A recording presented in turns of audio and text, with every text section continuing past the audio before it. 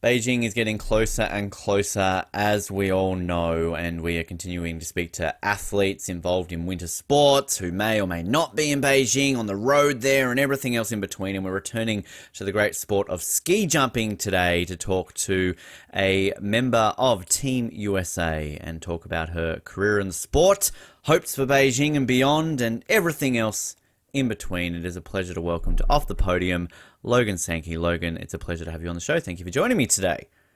It's a pleasure to be here. Thanks for having me. As of us recording this, it's 100 days out from Beijing today. It So is, exciting yes. stuff. It's getting excited when you see the flame being lit, and then they've unveiled the medals as well. Basically, kind of the design. So it's really those moments where it's starting to amp up, right? And that excitement levels, I'm sure, as an athlete, just builds up even more as well.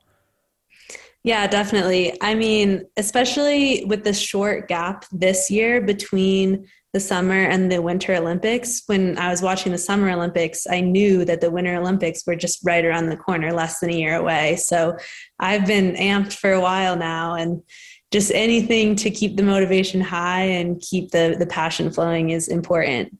As we like to say here on Off the Podium, the real Olympics, the Winter Olympics, of course. So we're getting excited for that, because it's that unique thing where it's sort of, back in the day, the Winter and Summer Olympics were in the same year. So you would have the Winter Olympics, of course, and then 5 to 6 months later, the Summer Games are on. I mean, I'm at an age where I was alive during that period, but I don't remember 92 when that last happened, whereas obviously you sort of haven't been in that period. So it's kind of unique that I'm sure that sort of a lot of our older listeners are going like, why is this a thing? We always had a couple of months between Olympics. Now it's like, wow, this is the best thing ever. 2 Olympics in like 6 months, like bring it on.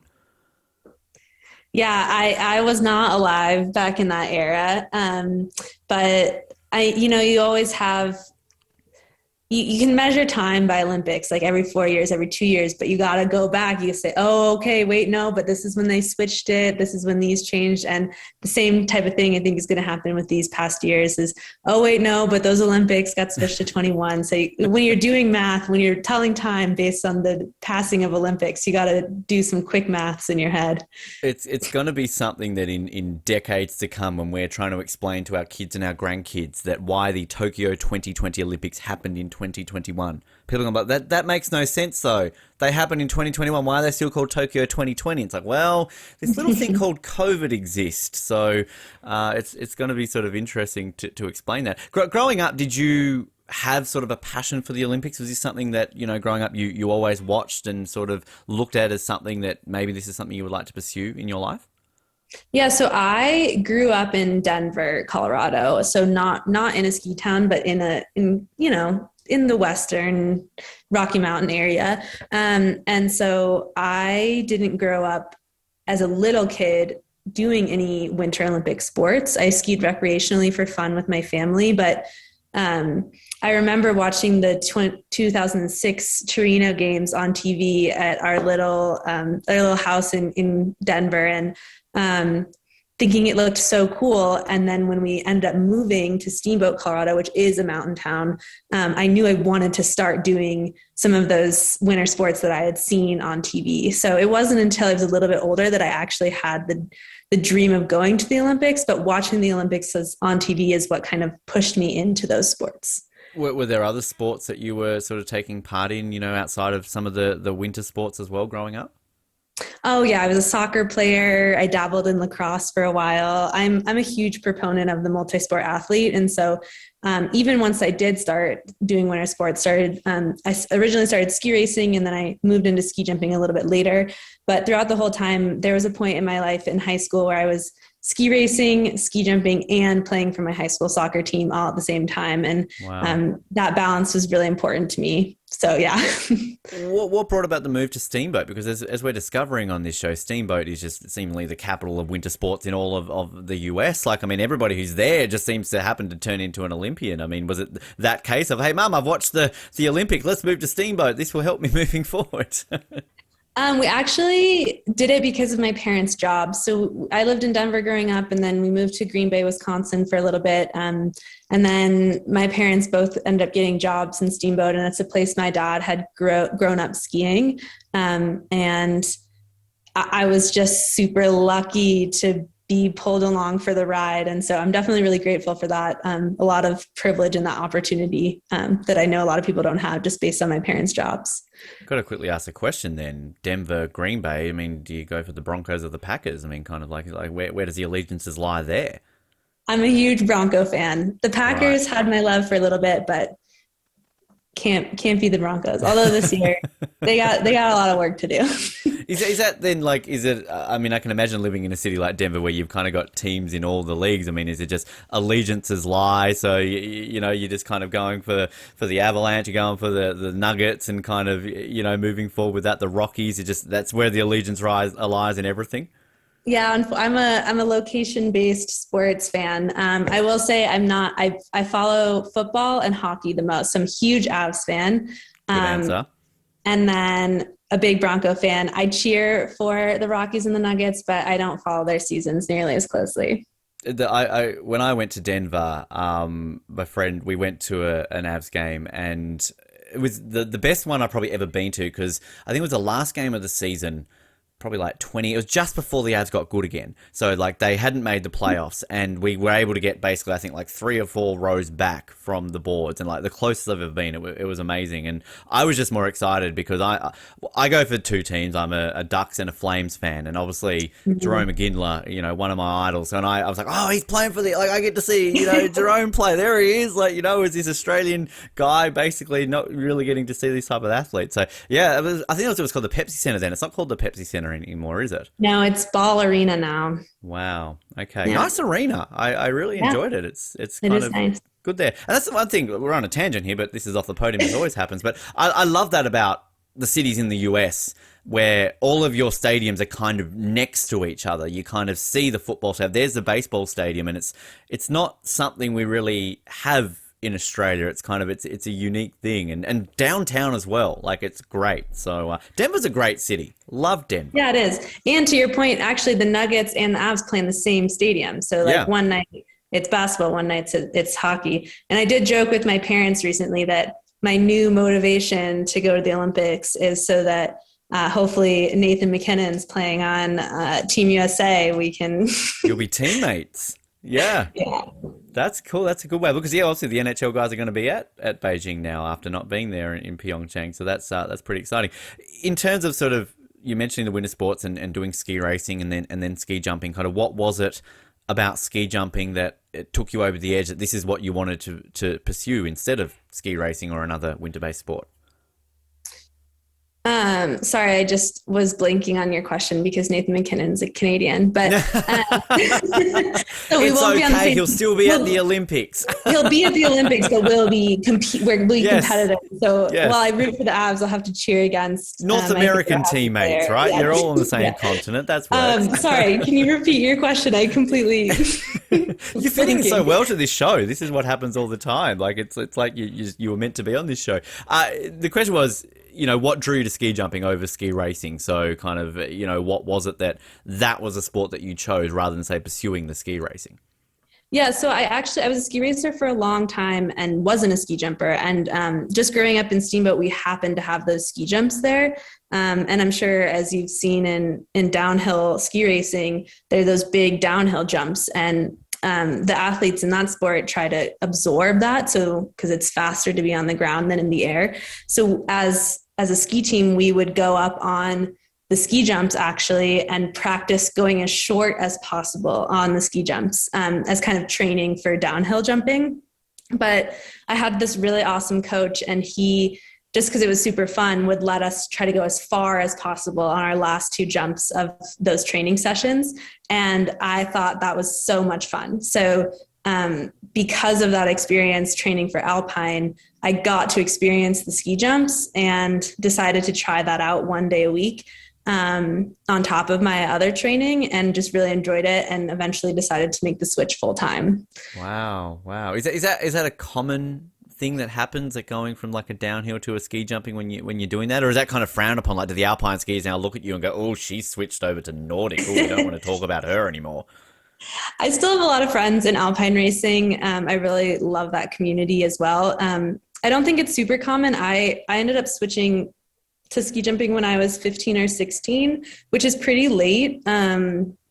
Like I know some of my teammates on both the men's and women's side have been ski jumping since they were 7, earlier even sometimes. And so I don't think it's necessarily common to switch that late, but I do think that all little kids ripping around the ski mountain enjoy going off those little jumps on the side of the hill. So it's not like you're just doing it in a more controlled environment and slightly bigger. So it's not any crazy leaps. Which I've loved learning about the progression that you have when you start into ski jumping about, I'm sure like myself, many Australians probably just think like, oh, how are these young kids just jumping off a 90-meter jump straight away? Obviously you have the progression kind of moving up, but do you remember your very first jump getting onto the 90 or the 120 and what that was like? Yeah, so I actually jumped the 120 meter on Alpine skis first as part of that training for ski racing. But I do remember my first, which it was scary to say the least, even on Alpine skis, but I do remember my first jump on ski jumping skis where the heel lifts up and you can actually like get a little bit more movement, and they don't have edges. So that was my big issue for my first ever jump on jump skis. I did the jump, was fine, made it down, and then I was trying to stop and I didn't have any edges on my skis and just slid straight to my butt. Wow. Kind of worked that way. But you landed though. That's the main thing though, besides that bit at the end. Yeah, I landed, I made it down. It was just the stopping that I didn't know how to do. And was it a level kind of, downhill, very adrenaline based speed, you're going incredibly fast, similar with the ski jump? Is that just something that has always been something you've enjoyed, that adrenaline, the speed, kind of that aspect of sports like that?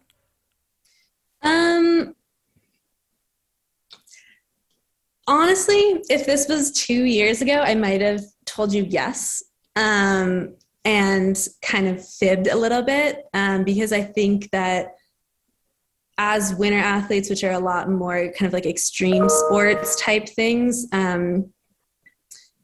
we're supposed to be fearless and supposed to have this like adrenaline kick. And I would say I probably have it more so than maybe a general person, but I definitely get very scared a lot of times. And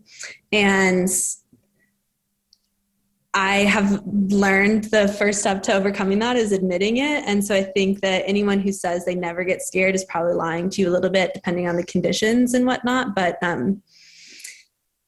no, I don't know if I really have like this search for adrenaline, but I still really enjoy ski jumping. It's very interesting to hear that, because you're right. It's not something you often hear athletes saying, that I get scared or something like that, which it's interesting you say that to admit that it I guess helps or kind of has that. Is that something then that if you're working with your coach or your sports psychiatrist, that they're helping with that aspect by talking about it, if that makes sense, and kind of you can use that to help you compete better? Yeah, I think there are pros and cons, because I think like for a while I was struggling because I didn't know why I couldn't kind of break through that level, and admitting that I was a little bit nervous in certain conditions, I think was a good breakthrough for me. But on the flip side, like you don't want to be at the top thinking to yourself, oh, I'm scared right now. Like you need to put that aside and focus on the technique you need to do and things like that. So I think in a lot of ways, I'm definitely glad that I have come to realize that, because now I can work on it. But it's kind of like, if you say it, then it conjures it. It's like, you don't think about a pink elephant. Oh, now you're exactly going to think about a pink elephant. Like I don't want to think about the conditions and how I'm nervous, but I do need to recognize that that's an aspect of training that I need to work on. The thing I love learning about ski jumping by speaking to yourself and many different ski jumpers is that mental aspect. It's been likened a lot to golf through many of our interviews and kind of that preparation, which it makes so much sense in a sport like that to kind of have that mental readiness. Was that when you made the switch to from Alpine to ski jumping? Were you aware of that real mental aspect that ski jumping has, or was that kind of one of the things that you found interesting, challenging by the time you switched to ski jumping full time?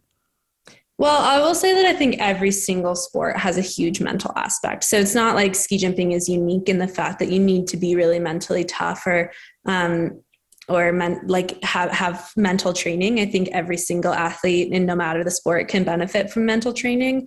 Um, but what's unique about ski jumping is it's not the person who's the strongest or the person who can run the fastest or have the most endurance that's going to be good at ski jumping. In fact, like the harder you try, a lot of times the worse you do. So I think that's something that's different from it with ski jumping versus some other sports where definitely mental strength is important, but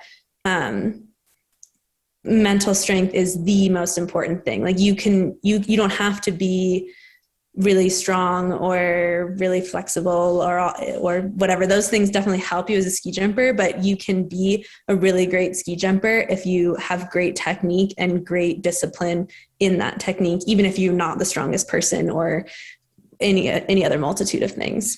It's where it's so fascinating too, because I'm sure a lot of people still think that ski jumping is just all about the distance, right? And obviously there's a key judging element to the sport. Whereas, if we were talking to a long jumper or a high jumper, they've got that barrier. They've got to jump into that sand pit and reach a certain. They know they can go further. They know they can jump higher. Whereas, as you're saying there, it's sort of you could go the furthest, but if your technique's crap, then you've got to balance that out there. Which, I mean, it really is one of the most unique sports that exists, really, isn't it? It's definitely a strange one. It does take a certain type of person, I think, to be a ski jumper and to keep with it, for sure. How would you describe them? What's the type of person? If you were to describe a ski jumper to somebody who had no idea what the sport was, like what are the key words that you would use to describe yourself? Actually, that's so hard because we are so different as individuals. But I guess you do have to be a little bit crazy and not in the flinging yourself off a high ski jump sense, which is definitely true, but in terms of you do the same thing over and over and over again, just the same ski jump, trying to do the same technique, but perfect little tiny pieces of it. And that level of detail is really tough. So I guess maybe my biggest attribute of a ski jumper would be detail oriented, because a tiny change in the direction of your hands or the angle of your feet can make a huge difference. And it's all about making those little tiny changes. What are some things that you use on the psychological things to help you out? We spoke with Paige Jones. She talked about poetry was something that she liked to recite to herself, listening to music, things like that. Do you have little things that you like to do, be it in training or a competition, that kind of help you gain yourself a mental advantage?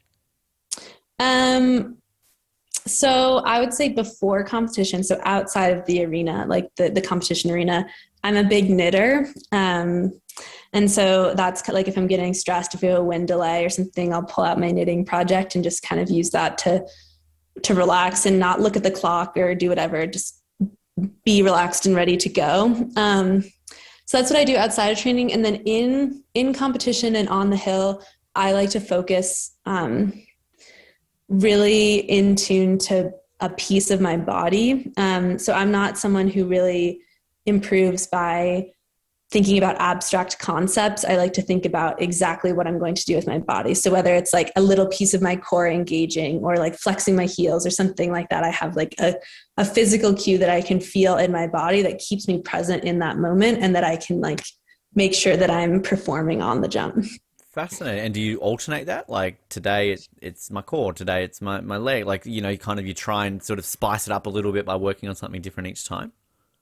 Yeah, it definitely depends on like what is lacking in my ski jump, what helps. And I have a very thorough training log and competition journal that I take notes in. So I can say, oh, okay, last time I was having this issue on the ski jump, thinking about this thing helped me. Let's go back to that and try that again, because there's only, especially in a ski jump, it's so short. There's only so many things you can think of at once. Like you can't have 5 things that you're working on during a single ski jump. And so it's really important to focus on 1, maybe 2 things. And And so sometimes then when you switch to a new thing, what you were working on before might get lost. So I think it's important to keep notes and have something like a journal so that you can refer back to and remember what helped you in the past when you were working on similar issues.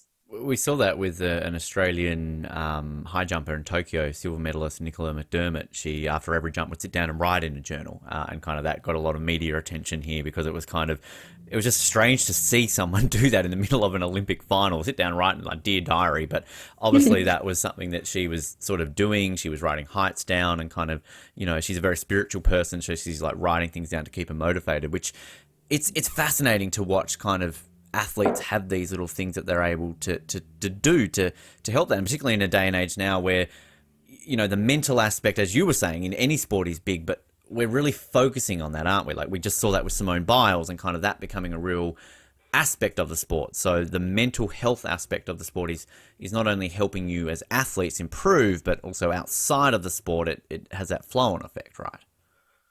Yeah, I would say there's, at least in my mind, there's a distinct difference between like mental health and mental performance. So like you have a sports psychologist and their job is different than say your therapist. And I think both are really important for your health as a human being and for an athlete. And I think mental health is something that's really important for everyone.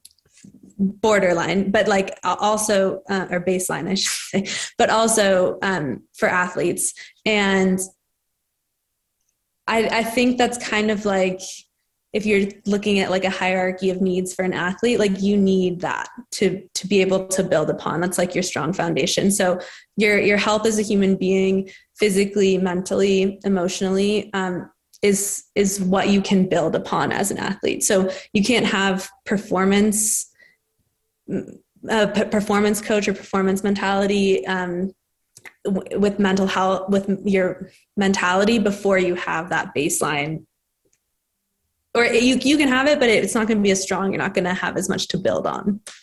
Which obviously, as we said, it's leaps and bounds in terms of where we're at now to say even 10 years ago. We can obviously look back sort of, in time. But that also, I guess, too, just on that topic of leaps and bounds, the progression of women's ski jumping, of course, this is going to be the third Olympics which it's been included in, and gaining through, hopefully we're going to see both a large and normal hill one day in an Olympics and kind of have those equal programs. But I mean, how have you seen since you got started as well? Because I believe you attended a Fly Girls camp in 2014, which was sort of just starting back then, and kind of progression where we are now. Have you, as you've gone up through the ranks, seen more and more females wanting to be involved in the sport, or is there more that can be done maybe to get more girls involved in ski jumping? Yeah, definitely. So that Fly Girls camp was actually before I fully committed to switching to ski jumping. And that was kind of the impetus for me being there, being with other female ski jumpers, seeing the opportunities that were available to me in the sport. That camp was really what solidified my decision to switch from ski racing to ski jumping. And so obviously I owe a huge thanks to that camp, but I think it's a great example to all of the young women out there who are joining the sport, who are trying to get further in the sport, that these are opportunities that are afforded to you that maybe weren't in the past. So before a young girl who's maybe in high school, trying to think about, I like ski jumping, I like cross country skiing, I like alpine skiing, whatever. But there's no path to the Olympics for me in ski jumping. So I'm going to go do cross country skiing, or I'm going to go be an alpine skier. I think there was a huge generation of women that were lost because there was no path to the Olympics. And so those women went to pursue a different sport where that was an opportunity. And so I think now with the inclusion in the Olympics, we're starting to see kind of that base rise a little bit more as those people get older. And so I'm kind of at the top of that, the tail end of the generation that didn't have Olympics, and now kind of the front end of the generation that does have the Olympics to look towards. And it's really great to see all of those people behind me who are really pushing the level. But always there can be more women. There can be more women involved in everything all the time, no matter what it is. 100%. And it's sort of, but it is that weird level of exposure that an Olympics brings, though, isn't it? Because it's not like women's ski jumping didn't exist, but when it gets to the Olympics, then it's got that exposure. For example, as an Australian, we're never seeing ski jumping until we're watching the Winter Olympics. It's just not a sport that we ever see. So we're exposed to it then. And that's when you might have a young girl watching the Olympics in 2014 going, oh, I've always liked this sport, but I've wanted to be an Olympian. Now it's at the Olympics. Hey, I'm going to pursue this further. So it is kind of interesting. You're saying you're sort of at that generation now where you kind of, we're basically got people growing up, girls growing up now where this is just a standardized thing. I can be an Olympian in ski jumping. Whereas, you know, when you first started or kind of were on that precipice of joining the sport, it was literally just being introduced. Yeah, exactly. And I will say, not only has the fact that it's been the Olympics brought more people in, but also renovation of different venues all over the country has been important as well. Because unfortunately, ski jumping is, same with a lot of winter sports, but ski jumping is something that you can't really pursue unless you live or move near a training center or a place that has a ski jump. And so I think that's one of the big barriers to entry in ski jumping is there's not a facility near you. You might see it on the Olympics and be like, oh, okay, but I live in Texas. Like where am I going to go ski jump? So it's tough to make that decision to move to a place that has a ski jump. And so I think as a sport, we need to try to figure out a way that we can bring more people into the sport from more different backgrounds. And I think that is something that will push the sport forward a lot, because right now it's just limited based on where you live, based on where you grew up, based on where your parents decided to move, like with me. So that's another big barrier. Which I'm saying right now, if you ever want to help break those barriers, Australia has never had an Olympic ski jumper. So send a crack crew out to Australia to recruit, get some people on board. Like, we may not have any jumps here, but we can work around it. So, like, you know, just like break the glass ceiling of Australian Olympic ski jumpers. It can happen one day, Logan. You could be part of history. But there's no ski jumps in the Southern Hemisphere. I mean, what are we, in the summer we have to jump on plastic, but, you know, we got to build a jump where, you know, we got the seasons reversed so we can go down and train on snow in the summer. That's it. I mean, like, when we talk to our alpine skiers or our snowboarders, like they can come to some of our resorts here at, you know, Thredbo or Mount, you know, Buller and places like that, because that's why we're good at freestyle skiing and snowboarding, and it's come leaps and bounds in this country. But all you need is one say we have bobsledders and luge riders and skeleton racers who we don't have a track, but they make do. So, like, you know, come on, we can do it for ski jumping. Yeah, just put me in touch. Where are the young women in Australia that want to be ski jumpers? If you're listening to this, come on, be part of history. Like, literally, there is a young girl listening to this today who will become Australia's first ever, not just female ski jumper, but first ever ski jumper. Like, that's history. I'm from the state of Tasmania, proud Tasmanian, and Tasmania has never produced a Winter Olympian. So I've got many goals in life to become an Olympian. I'm still 34, plenty of time. Like, not only can I break that barrier of me going to the Olympics for a personal achievement, but to be the first Tasmanian, like, that would be amazing. The first Tasmanian Winter Olympian. So, you know, yeah. Let's get on board. Let's create history out there, listeners. Come on. Yes.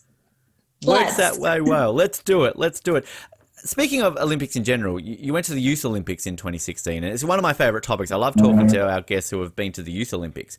What was that experience like to be able to go to an event like that? And was it a case of, like, whetting your appetite to push towards the senior, I don't want to say normal Olympics, I guess the full Olympics, the non-Youth Olympics?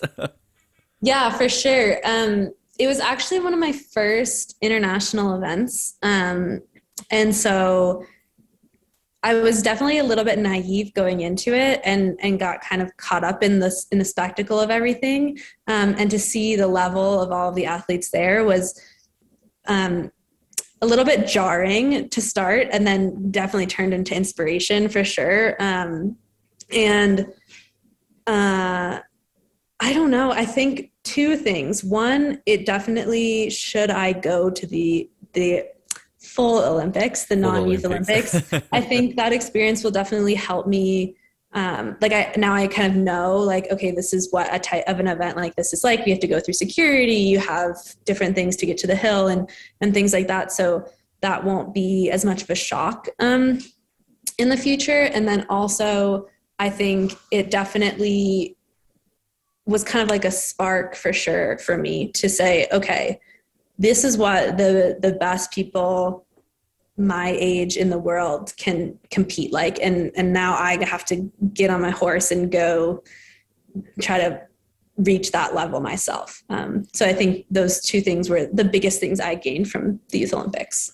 And it's also a case too, because as we're finding out a lot with winter sports, is that you don't really have these multi-sport events that a lot of the summer athletes have outside of an Olympic Games, right? Like you don't have a Pan Ams or a Commonwealth Games or something like that. So is it also a case too of you can not only just go off and enjoy maybe watching the snowboarding, the figure skating, things like that, but it's also a case of you can shoot the shit with some of these guys and girls and basically be like, hey, so like you're in skeleton, tell me the aspect of that, I want to learn more, and kind of learn from other athletes as well. Yeah, definitely. My roommates at Youth Olympics were a cross country skier, a skeleton, and a luge athlete. So Wow. a bunch of different people, two sliding sports, two skiing sports, but the type of training and the type of athletes that they were was much different from what I was. And so it was definitely cool to see that. And then unfortunately, I think maybe it won't quite be like that in Beijing, but getting to interact with people from different countries, people from from the US and from different countries and all different sorts of sports, and getting to watch those events was really cool. I wish that could be the case for the Beijing Olympics as well. I don't think we get to stay to watch all of the other events this year, but it was still very cool when I had the opportunity to do it. I'm a massive Olympic geek, clearly, because I'm hosting an Olympics podcast. But do you get sort of caught up in things like pin trading? Like I want to trade a uniform. Like, oh, I really like the Liechtenstein uniform. Have a Team USA shirt. Give me yours. Like, you kind of get in the hype of all of that sort of thing. I wasn't the biggest trader on my team, but I do actually have an Australian Youth Olympics kind of like quarter zip thing that I traded one of our Team USA quarter zips for. I got a couple different things. I have a fair number of pins and a couple traded articles of clothing, but I was by no means the biggest trader doing multi-stage trades on the team, which I definitely saw going on, which was pretty fun. So how did that work with the Australian one then? Did you approach them? Did they approach you? Kind of how does that work?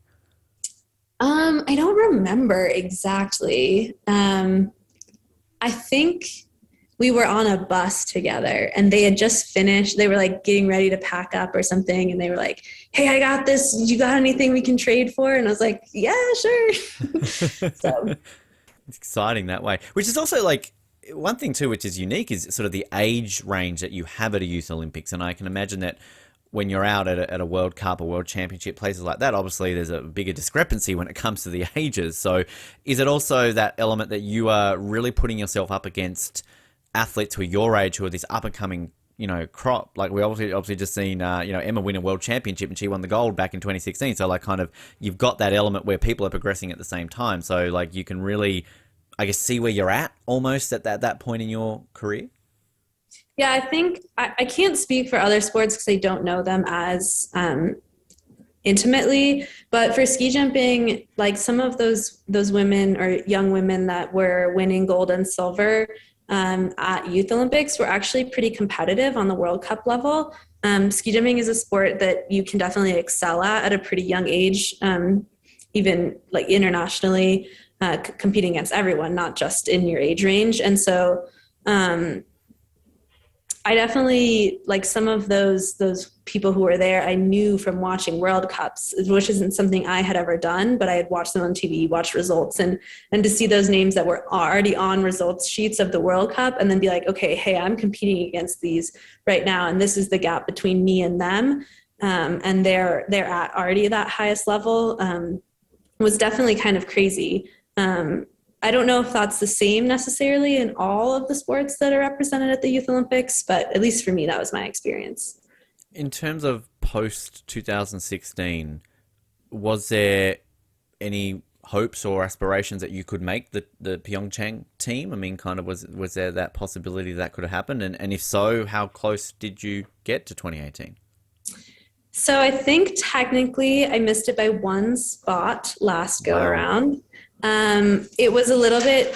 Oh, there go the dogs. There we go. We get the dogs are ready. Yeah. So I missed. Technically, I missed it by one spot last time, but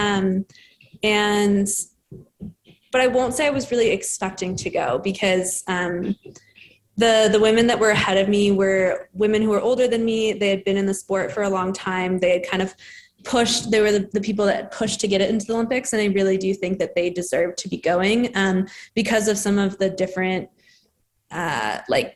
qualification rules and the points you have to get. Like it ended up being a little bit close for a little bit, kind of waiting to see the last results come in.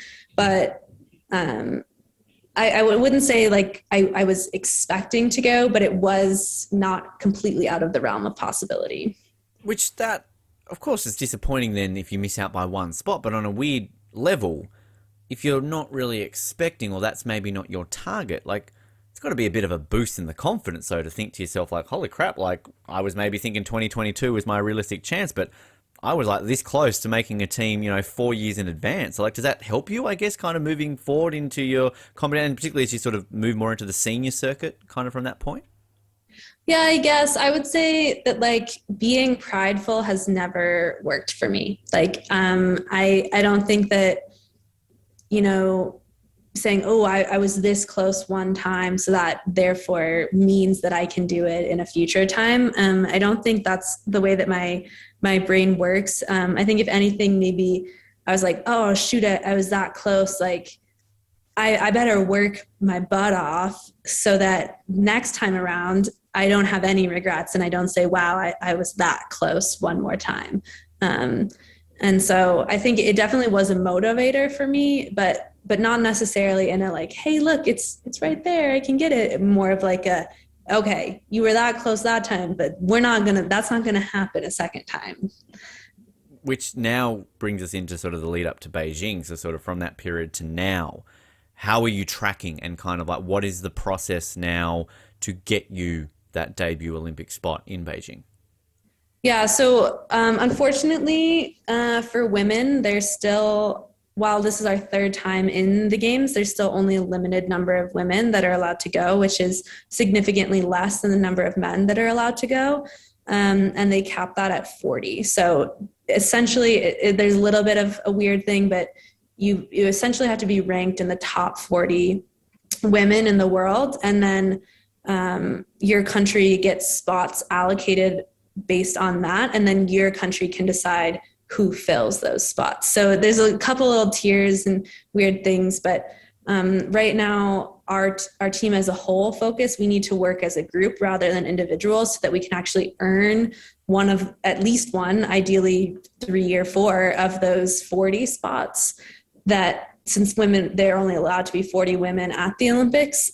So as a whole Team USA, we need to work together to earn those spots first before we can decide which of us on Team USA gets that spot. And so that's kind of what we need to do first. So at this point, like you can't even think about where your standing is on the team, on just the American team, because if we don't have spots, if we don't have any of those 40 spots to go to the Olympics, it doesn't matter if you're the best American.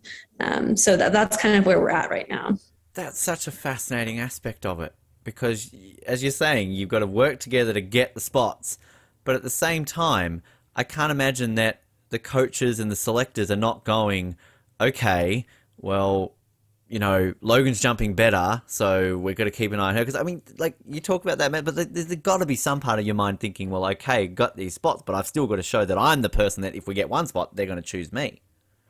Yeah, I mean, for sure. Like, you want to be the person that gets the spot. Like, if you're the person that earns the spot for the team, then you got to be feeling like, okay, like, I want to be, I was the person that earned that spot. I think I deserve to go. There is an element of that, but at the same time, like by by no means can you root for your teammates to do poorly, which is bad sportsmanship to begin with. You should never, that's not in the Olympic spirit. But you can't be saying, oh, okay, like I didn't score points or I didn't do very well, but at least none of my teammates did well either, because that's not helping us as a team. That's not going to help you get a spot to go to the Olympics. So it definitely is. I think it's a dynamic that is a little bit strange, but at least for our team, I think is a little bit of a plus. Like ideally we would have just 4 spots on lock guaranteed, and then we'd just be fighting it out between our team. But I think that can create kind of a toxic environment. So the fact that we have to work together as a team, and any teammate doing well is good for the team itself, I think is a real positive as far as the team environment goes. Which is another thing too, which is always so fascinating to me about winter sports, is that pretty much the majority of all winter sports qualification is right up until like a week or 2, sometimes even before the Olympics. Whereas we've had a lot of summer guests on the show who, 6 months out from Tokyo, they knew they were going, like that they were in a lock. So it's just, it's so fascinating. And also too, like you're in the midst of a season generally, aren't you? So like generally the Olympics is just stop 4 on your World Cup tour or something along those as well, which again doesn't really happen in the summer sports. So it's just this is why it goes back into my point, like when I said these are the real Olympics. The Winter Olympics are the real Olympics, right? Well, I see what you're saying, but I will counter you and say that the Summer Olympics are much more accessible and much more available to a way bigger share of the population. And there's a lot of privilege that comes with being able to participate in a winter sport. And so I do love the Winter Olympics. I do love the athleticism and the adrenaline of all of the sports and watching them. But I don't know if you can say it's the real Olympics if a huge segment of the population is excluded from participating in it. It's a very good counter. I like that. I'll counter back by saying, as an Australian, I think we see like 2 of these sports. So like I'm just so fascinated by the fact, like I can watch swimming, I can watch people run all the time. It's that's just an Australian thing. But I'm never going to watch ski jumping, Nordic combined. What the hell is that? Like curling? Like what are these things going on? So it's that fascination, I think, of kind of just like, hey, these are pretty cool. And also I think the ratio of sports at a Winter Olympics, because there's 10, 12 sports, it comes from a fact where there's not really a dud sport at the Winter Olympics. They're all entertaining. Where, again, I'm not trying to bag out the Summer Games. I love the Summer Olympics. But, I'm not going to sit down for 4 days straight and watch golf. Like, I like golf, but I'm not going to watch golf for 4 days. Or I'll watch curling for a couple of hours and be enthralled. Yeah, I definitely agree with you there. I will watch probably any Winter Olympic sport for hours, but I don't know if I have hours of all of the summer sports in me. But, a couple games or 2 of badminton, sign me right up. Badminton's one of those ones for sure. And it's weird actually, just during Tokyo, it's an Olympic thing when you all of a sudden go like, oh, I'm going to watch the archery or I'm going to watch shooting. On paper, doesn't sound exciting. But when you start watching, you're like, holy shit, this is like riveting. Like they've got to hit the next target or they're eliminated. Like I'm on board. Like I just want to keep watching it. Some of those sports which all of a sudden you discover are weirdly entertaining when you think they're not. Yeah, and I will say from the athlete perspective, to my experience giving context to all of those other athletes that I see on TV is like ski jumping is a super niche sport. Like you said, you only watch it once a year or once every 4 years, but I spend my entire life pursuing it. So for me to turn on archery or to turn on ping pong or something that maybe is an obscure sport, to me, I at least from the athlete perspective, like to look at those athletes and say like they are dedicating their whole lives to this. And as a fellow athlete, like I can respect that and think about all these people in all these different sports that I'm going to watch for 10 minutes, but they've dedicated their entire lives to, I think is important context as well. Which on that page, I mean, this might be a difficult question to answer because at the same time, you're in that process. You don't know if you're going to the Olympics. But let's play that card that you are going to Beijing. You are going to go to your first Olympics, knowing that, as you said, you've to put your entire life into this sport. This has been a dream of yours since you were a young girl. Like, what would that mean to you to be able to line up in Beijing, to say that you are an Olympian, that you have achieved everything that you set out to achieve?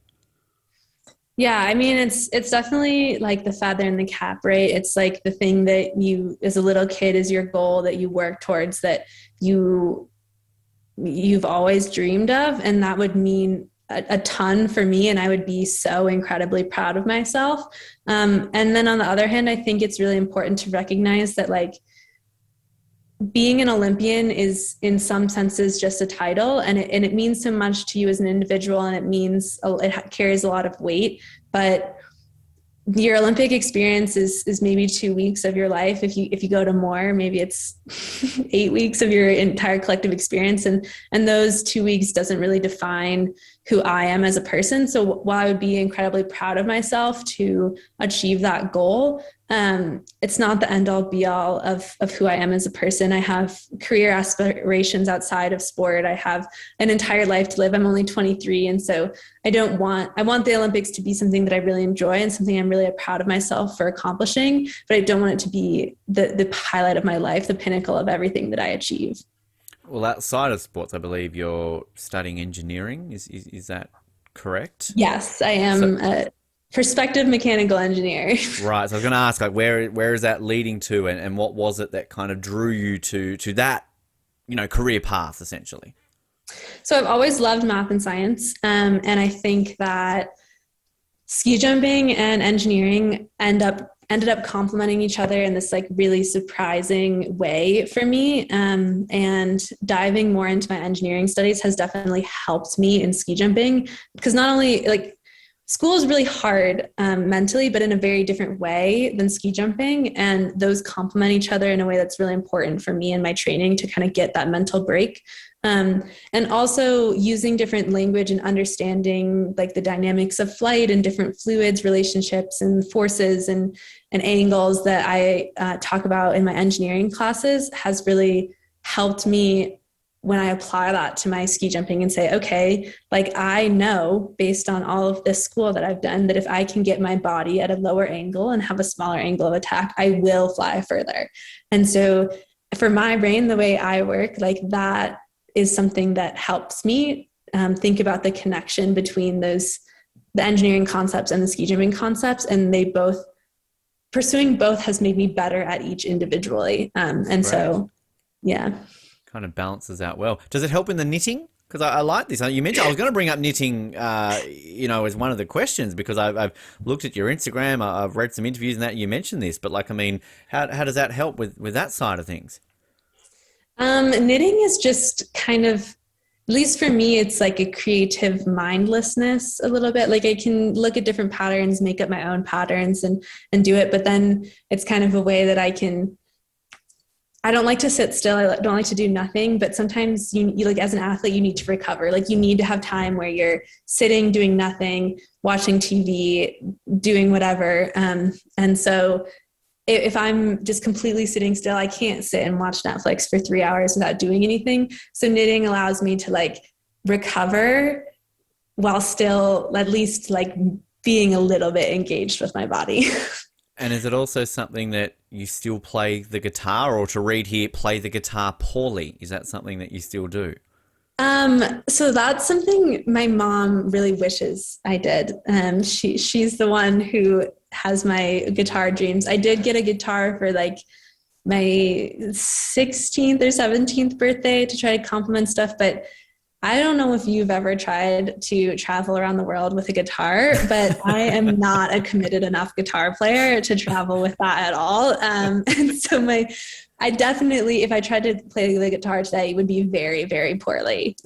Right. So it's skis are hard. Like you don't want skis and a guitar basically going through customs, No, but they're going to be like, come on, woman, what are you doing? One big thing's enough, basically. Yeah. Another fun fact, that you apparently know every single capital in the world. You're very good at world capitals. And I stump people with Australia. I'll be like, oh, you think you know capitals? What's the capital of Australia? And they're like, Sydney. And I'm like, no, you don't know. Yep. It's a tough one. People don't know it. Was even like I lived in Canada for a bit, and even people are like, capital of Canada, Toronto. No, it's not. I want to I love this little interview that you did on US Nordic, basically, prior to, I think, I don't know if that was going to the Youth Olympics or just for the site, but it literally says here, Logan knows all the capitals of the countries in the world. Test her sometime. So I'm always one for a challenge.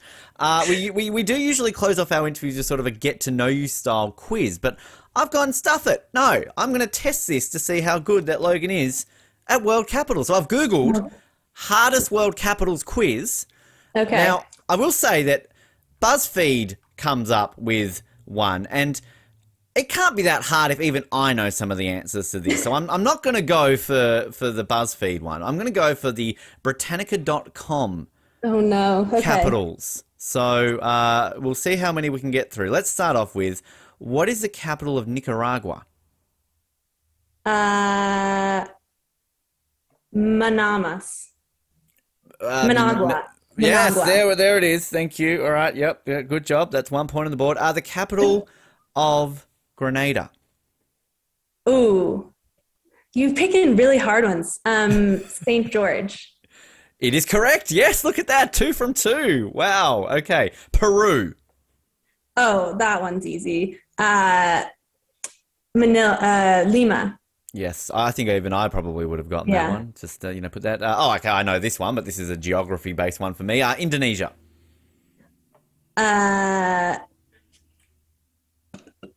Jakarta. Correct. Yes. I have like mnemonic devices, so it takes me a second, Okay, right. I like that kind of thinking. The Bahamas. Nassau. Correct. Yes, as a James Bond fan, very familiar with that location. A lot of the movies filmed there. Okay, these ones are getting easier. Portugal. Oh, Lisbon. I do love the multiple choices here that they literally have Caracas, Buenos Aires, Ottawa, or Lisbon. You get multiple choices and you're just making me list it off the top of my I'm making head? you work for it. Yes, exactly. I don't know the answers to half of these, Logan. I need some sort of assistance. All right, Spain. We're getting easy now. Yeah, Madrid. Okay, let's come on, Encyclopedia Britannica. I expect more of you. Okay, Haiti. Port-au-Prince. Correct. Yes. Wow. I like this. We're not going to go through all 195 here. I'm just letting you know. But I just look. Okay. I'm going to go to the hard ones. Germany. I'm sure we know Germany. Germany's pretty easy. Mm-hmm. What's the capital of France? Yep. We'll move on from that one. Uzbekistan. Ooh. The stands. I always get tripped up. Tashkent. Correct. Wow. This is epic. Can we make like naming capitals an Olympic sport? There you go. Costa Rica. San Jose. Correct. This is great. I tell you one thing. I would. How are you at flags? World flags. Oh, I'm not as good at world flags, but the world flags, those are images. You can't do a podcast about. Yeah, I know. Images. That's where it's tricky because I like to show off my flag skills. Like I think I could challenge you at a flag competition, but not really on that. All right, Kenya. Nairobi. Correct. All right, let's do a couple more of these. Libya. Sorry, did you say Libya? Libya. Yes. Tripoli. Correct. Okay, I'll do 2 more, and then we will ask you to get to know your questions. I feel like we need to. Now I always mispronounce this country correctly. Djibouti.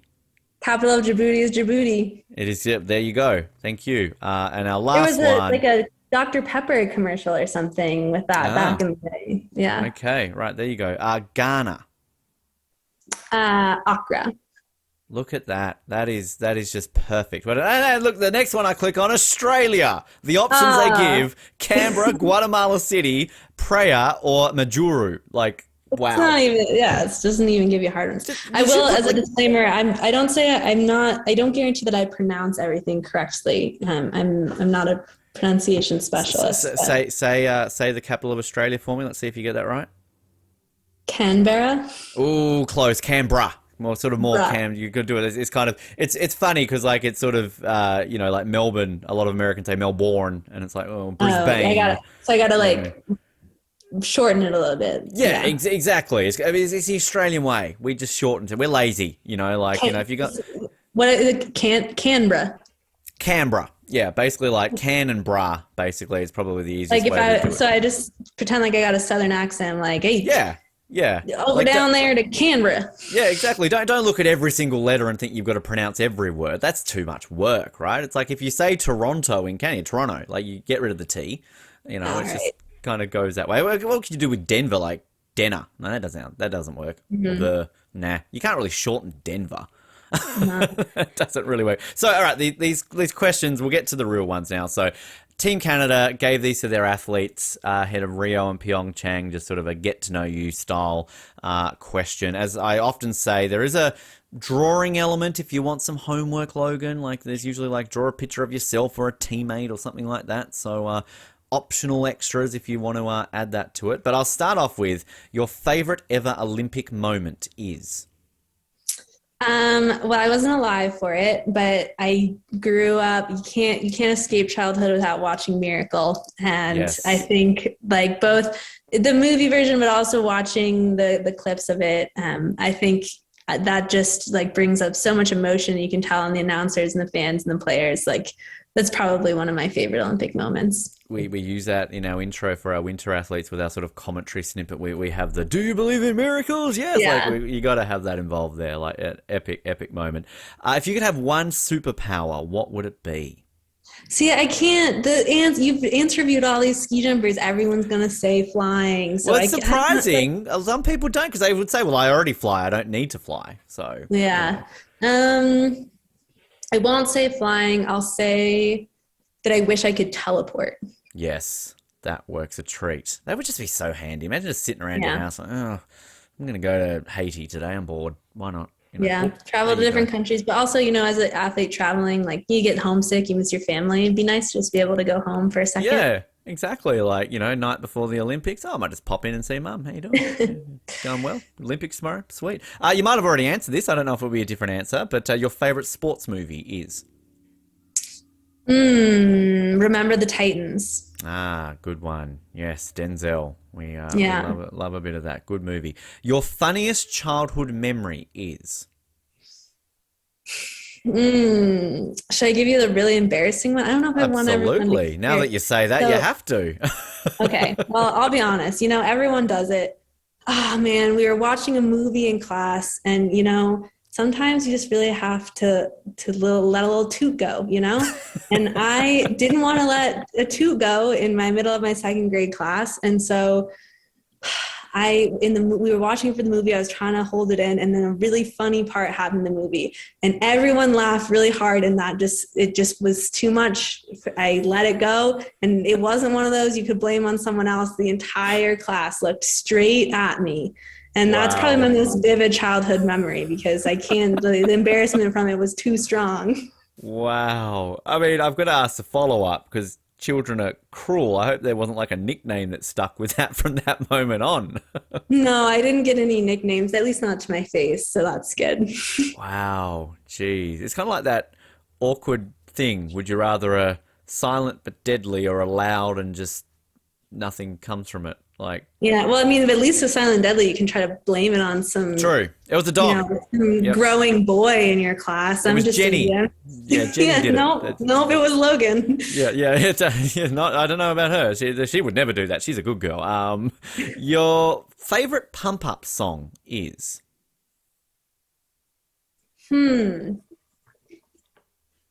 Do you mean a song that I listened to before competition, or? Yeah, like get you in the zone, kind of. But see, I don't like to listen to historic, like to classical pump up songs when I'm before competition. Like I What need do a you song listen to that then? chills me down.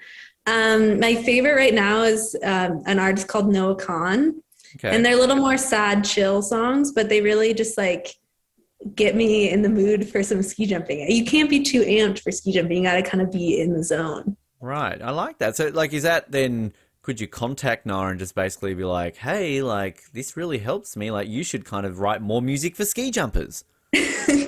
No, I don't want to influence him. He needs to write his normal music, and it's just going to work for me. If you don't want him to have the ski jumper thing in his head. Well, I mean, having said that, though, should you win gold in Beijing, like, you got to be like, "Oh, thank you, Noah. Like, your music, like, it helped me." And then, boom, Spotify up the charts. Like, come on. Yeah, all right. If I win gold in Beijing, we'll set that up.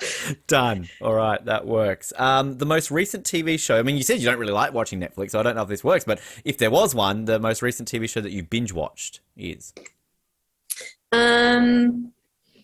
I recently, I think it's a nice contrast. I knit sweaters while watching Dexter.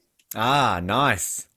you feel like an old grandma knitting sweaters, but like you're watching Dexter, so it's not as You're watching someone kill people, so like, oh, this is, and is that his anticipation for the reboot? Is that kind of getting yourself in the zone for the? I didn't know about it until just recently, but I am now excited about it. Yeah. Yeah, kind of works out. I was planning on doing a rewatch before the reboot because it's been a while since I've watched it. A lot of seasons though. Yeah, there's like 8 or 7 or something like that. Have you watched it before though? Like, is this something you've seen through before? Dexter? Yeah. Yeah. Well, I Okay, binge so watched it all at once. right. Yeah. I was gonna say, you know how it ends, and I don't know because everyone always gets No, ramped up you over won't the spoil ending. it. Yeah, I'll be honest with you. It's like I wasn't fully satisfied with the ending, but it's also one of these shows which I'm like, it's not as bad as people like. The ending of How I Met Your Mother is shit. Like, screw the ending of that show. Whereas Dexter, I'm like, I mean, they could have done better, but it wasn't the worst. I've seen worse. So, Yeah. Lumberjack Dexter. Spoiler. What's something that people usually describe you as? Mm,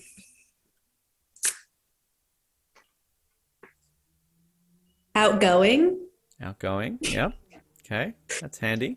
I'm definitely an extrovert, I guess. Yeah, that works. I like it. Last one. Actually, not last one. I've skipped a whole section here. What am I doing, Ben? Your favorite vacation spot is? Does it have to be somewhere I've gone on vacation? You can give me one where you've gone and one where maybe you want to go. Oh, I mean, I think my hometown of Steamboat Springs, Colorado is a beautiful vacation spot. I won't say it's not really a vacation spot for me. I get to go home and see my family and my dogs and cats. But I do think, like in general, I love that area. But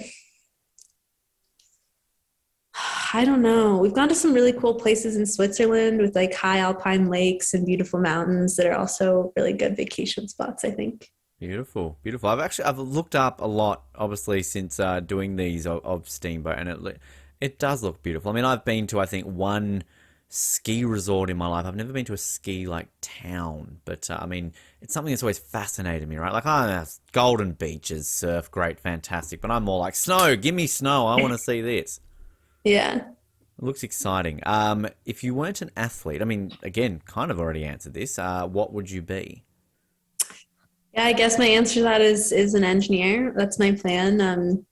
I I hope to kind of apply what I've learned in ski jumping to a future career. So whether it's in like aerodynamics or flight systems or something like that, I think it's a cool complement.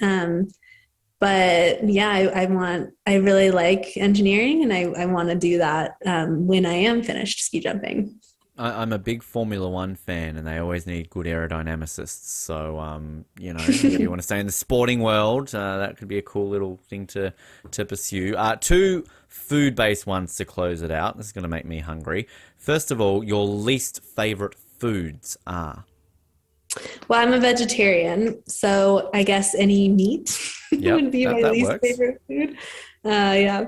Okay. Is there a least favorite vegetable, like kind of that you just something you won't touch? I don't really like Swiss chard. Oh, okay. Interesting. Very unique. Like, I like Brussels sprouts, I like broccoli, I like all the classic bad vegetables, but for some reason Swiss chard, I can't do it. Doesn't float the boat. Okay. Mm-hmm. The last one, your favorite chip flavor is? Chip? Barbecue? Wait, but you're not one of those countries that says chips as fries, are you? We are, but I am referring to what most normal countries would refer to as a chip, not us weird Australians. Okay, well, fries, I like fries, normal fries. Chips, I like barbecue chips. Good answer. Yeah. I like it. Yeah, it is a strange thing coming to Australia and going like, let's go get some chips. And you're thinking you're going to be, and all of a sudden we're bringing like a bag of like fries. And like, what the hell is going on there? Like kind of, generally it's hot chips. It's kind of very British. Like we're going to get some hot chips. Yeah. How posh. I know, right? Exactly. Logan, before we let you go, if people want to sort of follow your journey to Beijing and beyond, social media, where can people sort of check you out? I'm most active on Instagram, and I'm just there at logan.sankey.